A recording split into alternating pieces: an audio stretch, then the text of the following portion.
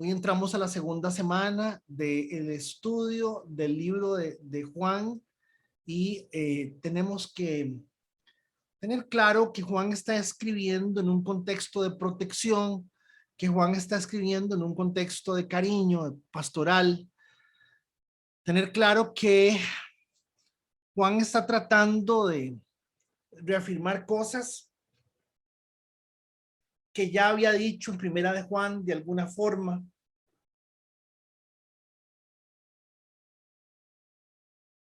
lo cual es muy importante. Y pareciera ser que, eh, pareciera ser, me gustó montones, me gustó muchísimo un material que encontré en inglés de un comentarista. Menciona que la carta que Juan está escribiendo, la segunda carta de Juan, y cita a un autor viejo, dice que es una carta de amor que él escribe a una señora. Este, pues lógicamente al leer toda la carta se da uno cuenta de que no es una carta de amor, que no es una carta personalizada y están divididos las opiniones con relación a que se está hablando a una señora, a una persona, a una mujer o le está hablando a una iglesia con una forma eufemística, una forma diferente de decirlo. Y tal vez pues estos dos, el 2, 3 y el 4 versículos son versículos introductorios que nos tienen que hacer entender que la Biblia nos constantemente nos está reafirmando cosas que Dios quiere que nosotros las, eh, las estemos recordando, las estemos entendiendo. Dice, a causa de la verdad que permanece en nosotros y estará por siempre con nosotros.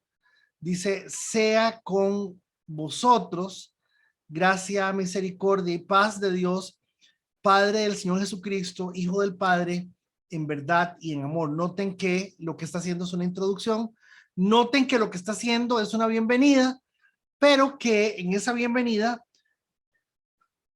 pero al igual que lo hace en Gálatas y en otros libros, en otras cartas, el Espíritu Santo nos trata de hacer ver las cosas en una realidad bastante,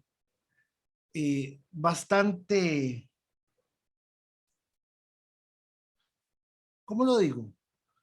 En una realidad muy eh, concreta en función de nuestra necesidad como hijos de Dios. Entonces, fíjense que en ese saludo, en ese saludo tan sencillo, este, nos dice y nos habla sobre la verdad y lógicamente, pues esa verdad se refiere a la verdad del Mesías, se refiere a la verdad del Evangelio, se refiere a la verdad que de alguna forma sostiene las relaciones. ¿Por qué estoy diciendo esto? A causa de la verdad que permanece en nosotros y estará para siempre con nosotros, sea con vosotros, gracia, misericordia y paz de Dios, Padre del Señor Jesucristo,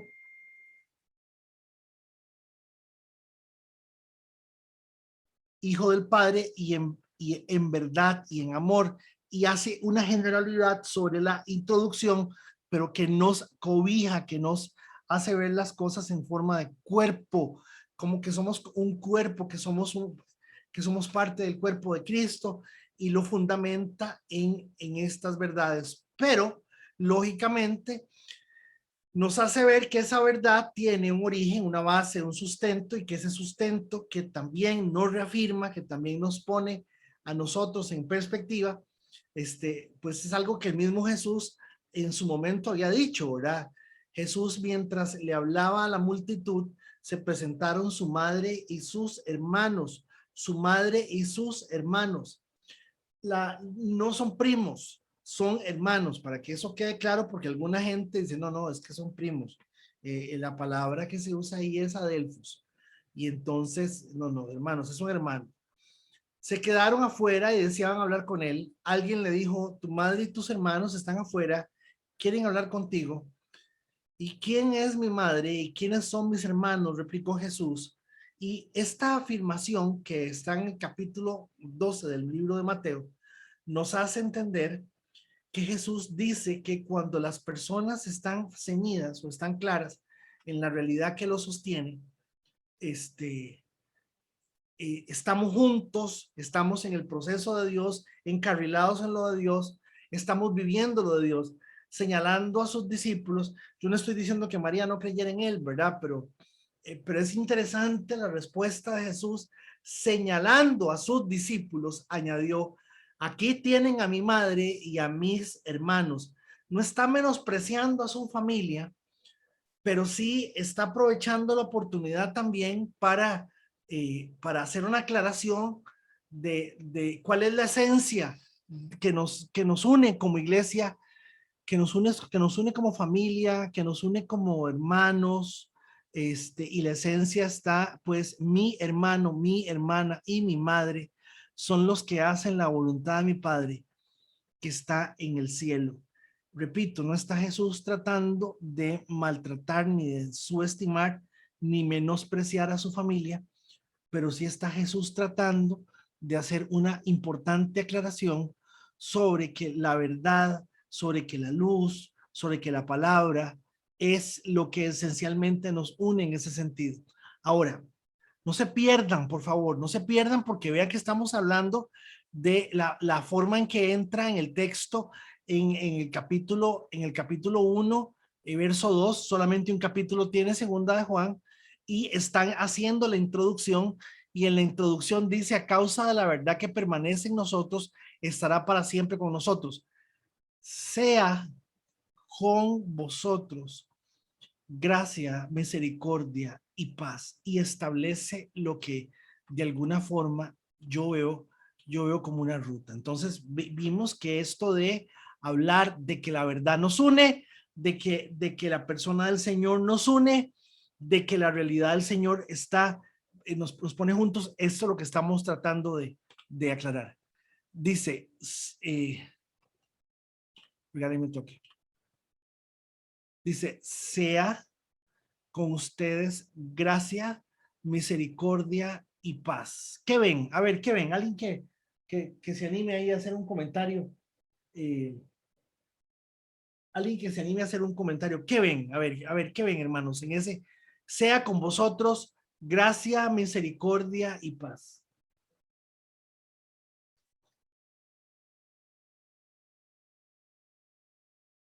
No, pero no pueden ser tantos porque se nos bloquea la...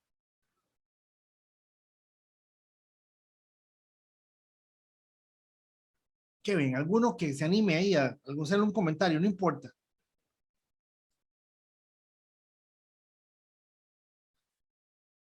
Gracia, misericordia y paz de Dios Padre y del Señor Jesucristo, Hijo del Padre, en verdad y en amor. Sí, seguimos en el tema del saludo. Desde el saludo estamos aprendiendo lo que nos está enseñando, lo que nos está mostrando. Estamos viéndolo en esa realidad. ¿Qué ven en esa afirmación? Puede que el Señor Jesucristo, el Padre, son los que dan la gracia, la misericordia y la paz. Sí, sí, claro. Pero ¿qué ven? Es que estas son las cosas, mis amados hermanos, en las cuales no se les da mucha importancia porque son un saludo, ¿verdad? Vean que es el versículo 3, pero noten, a ver, alguien más. Lo que dice Elisa es: del Señor vienen la gracia, la misericordia y la paz.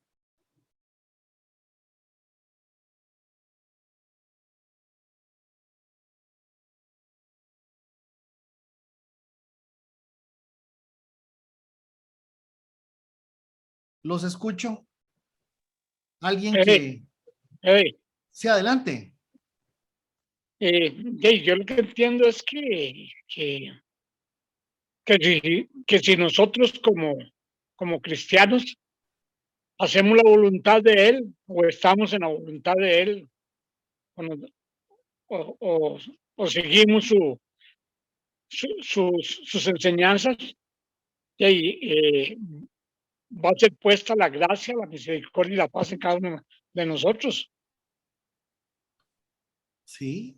¿Qué más? ¿Alguien más? Un último comentario.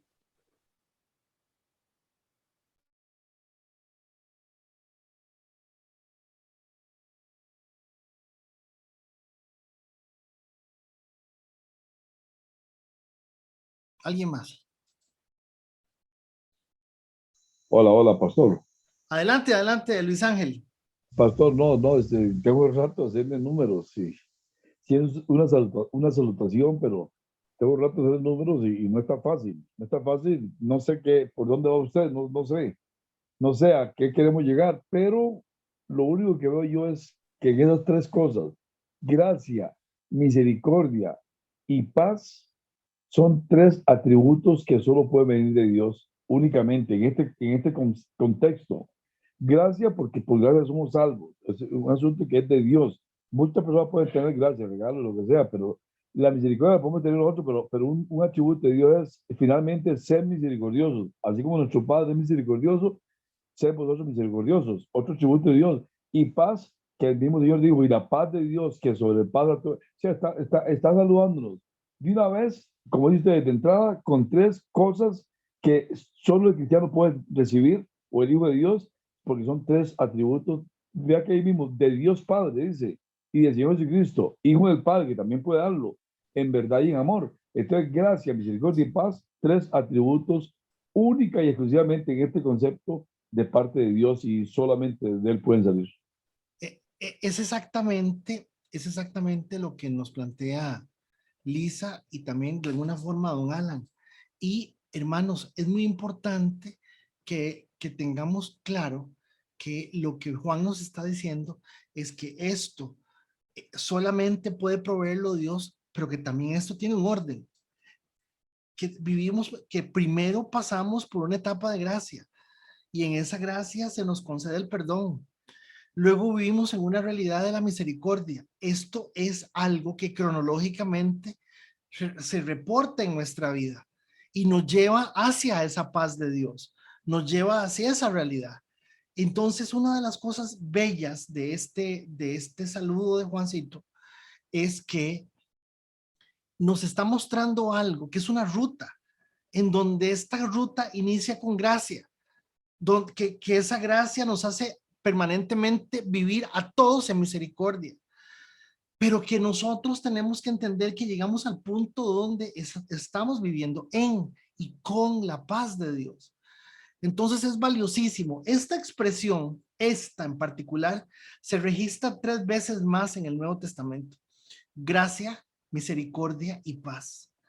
Noten que tiene un orden, noten que no está puesto ahí a lo loco, no está puesto ahí para que suene bien bonito, para que suene bien, que suene bien cristiano, decirle y que el gozo, el humor, el cariño y el positivismo te acompañen todos, ¿me entienden? La idea no es rellenar ese espacio, sino entender que esto solamente proviene de Dios, que hay tres necesidades fundamentales permanentes en la vida de todo hijo de Dios. ¿Cuál es la número 1? Gracia.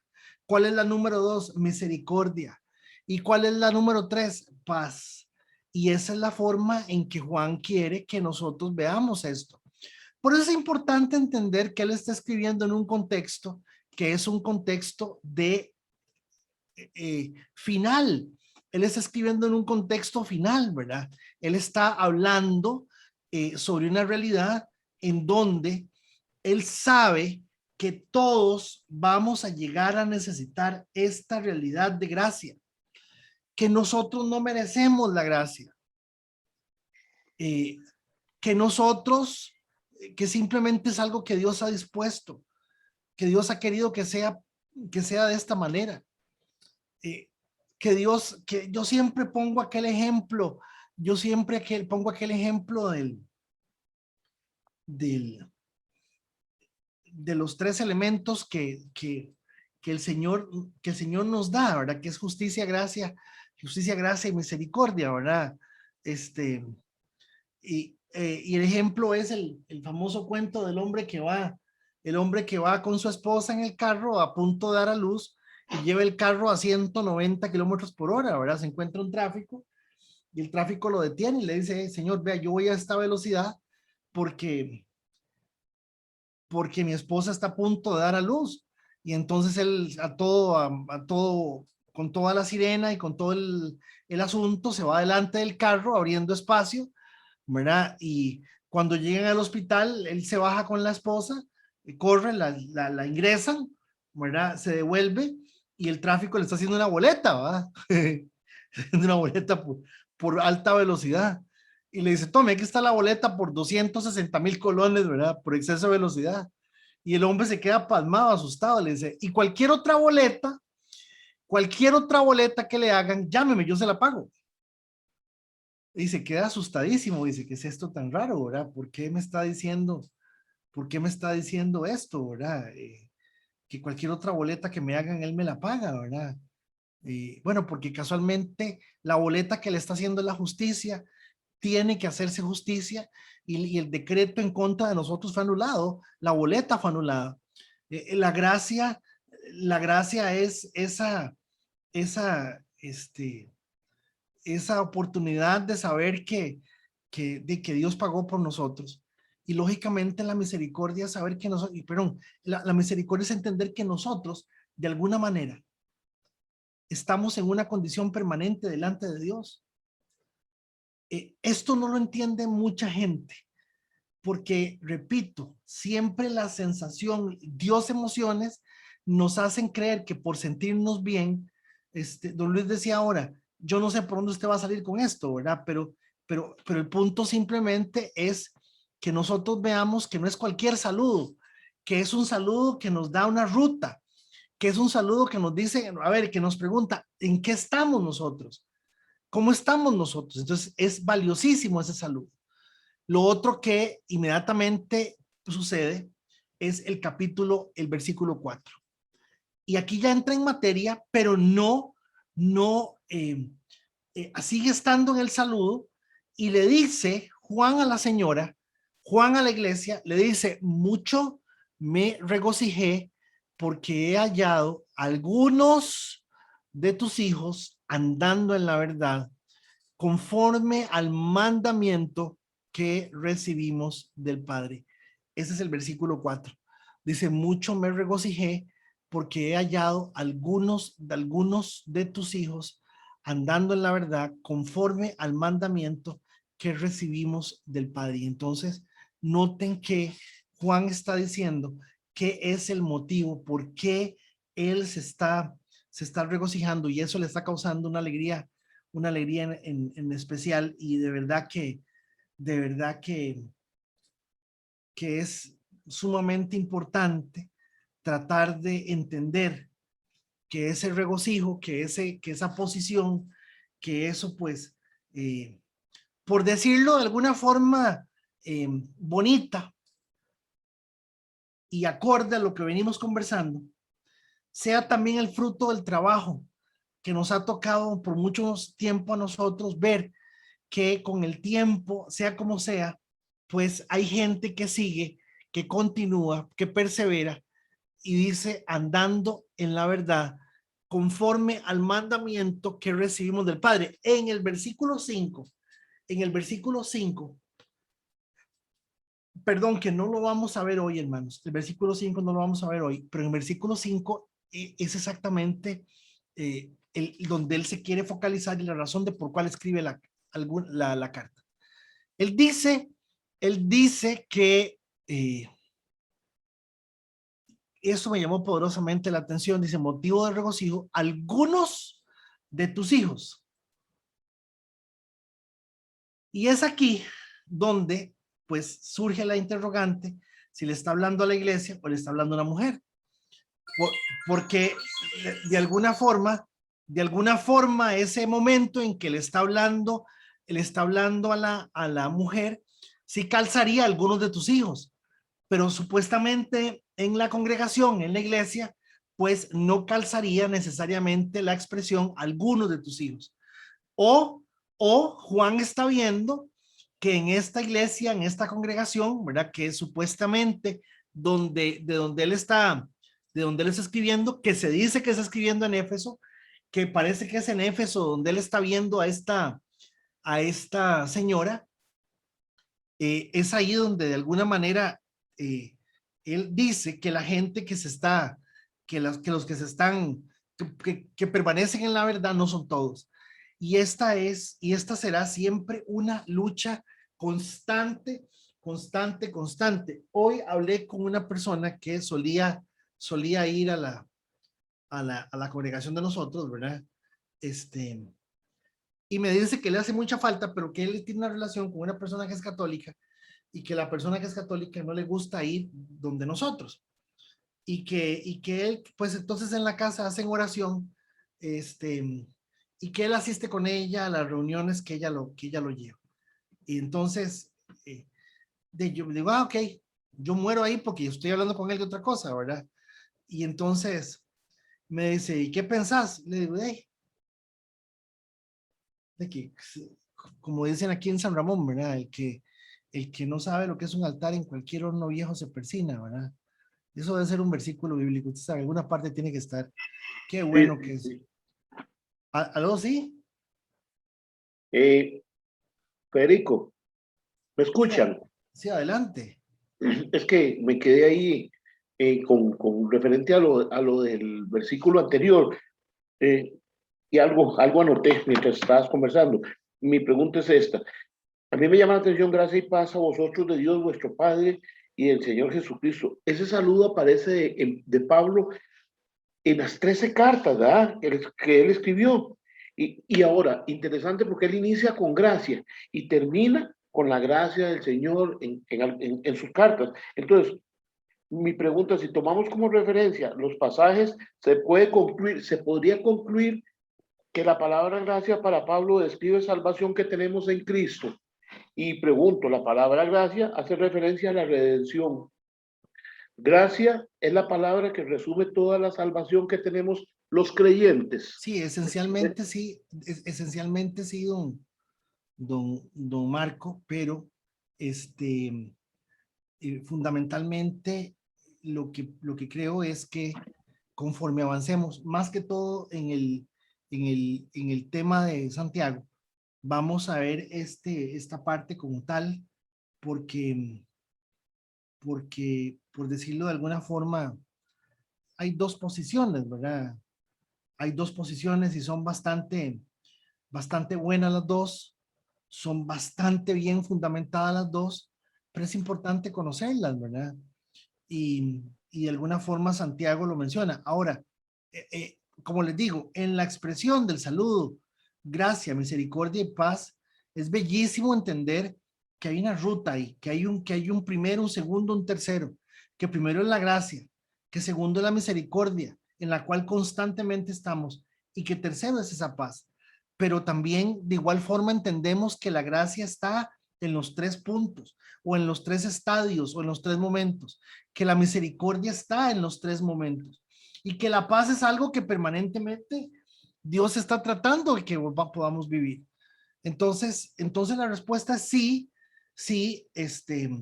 y esencialmente lo que el Señor está tratando de mostrarnos es que es por Él y con Él, y porque hemos sido escogidos por Él, que esa gracia opera en nosotros.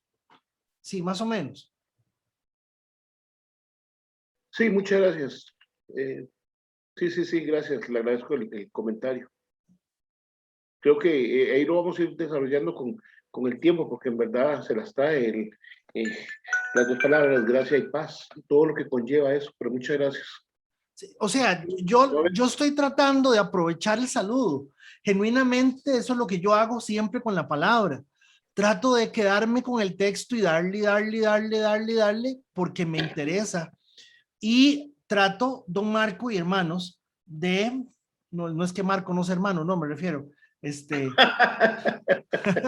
trato de que la palabra nos muestre algo que yo sé que las cosas no están puestas de forma accidental. O sea, Juan quiso ponerles que estén cachetonas, que estén gordos y estén pura vida. No, Juan no quiso escribir de esa forma, Juan. Hay una razón por la cual el Espíritu Santo encomienda a los hermanos o a la iglesia que está recibiendo la carta, o a esta señora que está recibiendo la carta, que entienda que hay una ruta de gracia, misericordia y paz sobre la cual él está diciendo provienen de Dios, que es lo que nos reafirma don Luis. Don Graving, ¿usted iba a decir algo?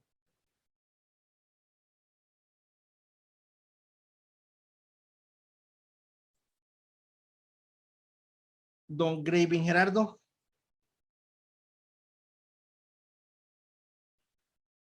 Número 3. Noten que Juan está diciendo que esto es motivo de regocijo. Noten que Juan está diciendo que no todos. Y que de alguna forma esto es visible. Cuando la Biblia usa andar, se refiere básicamente a 3 cosas. Cuando la Biblia usa la palabra andar, se refiere a que la persona está convencida de eso. La persona está convencida.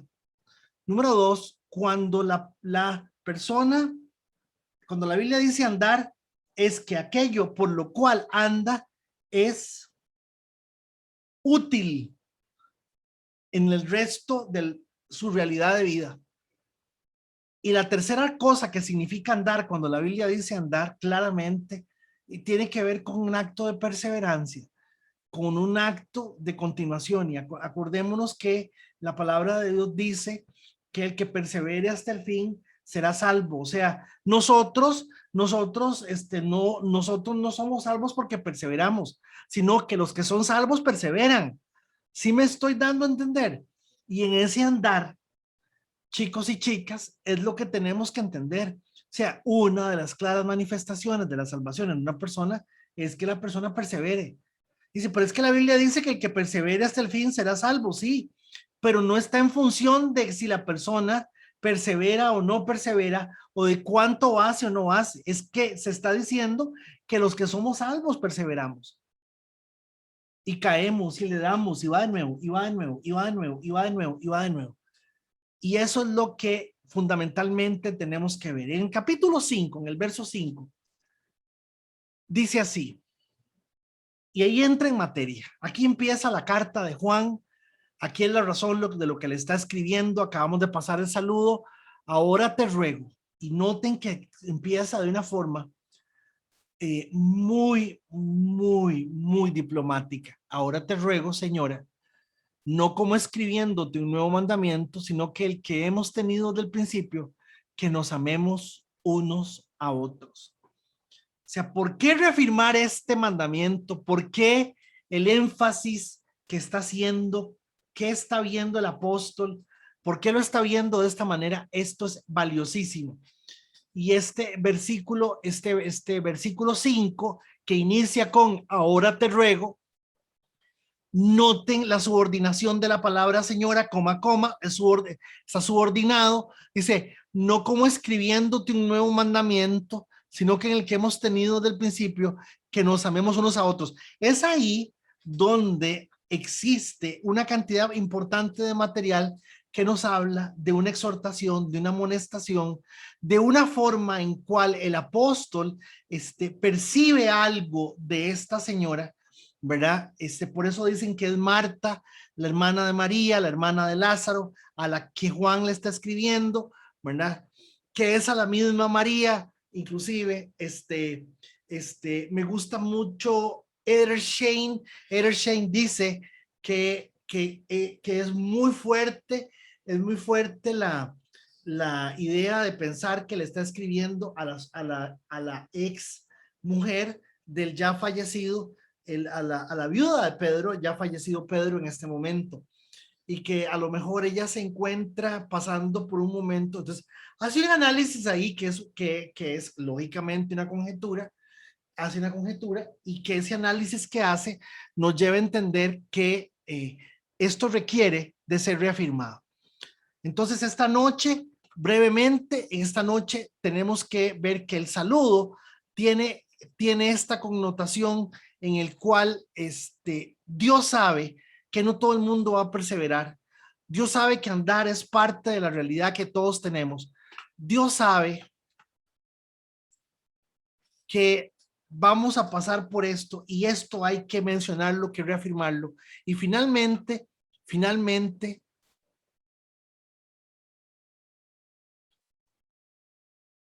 lo que dije al principio,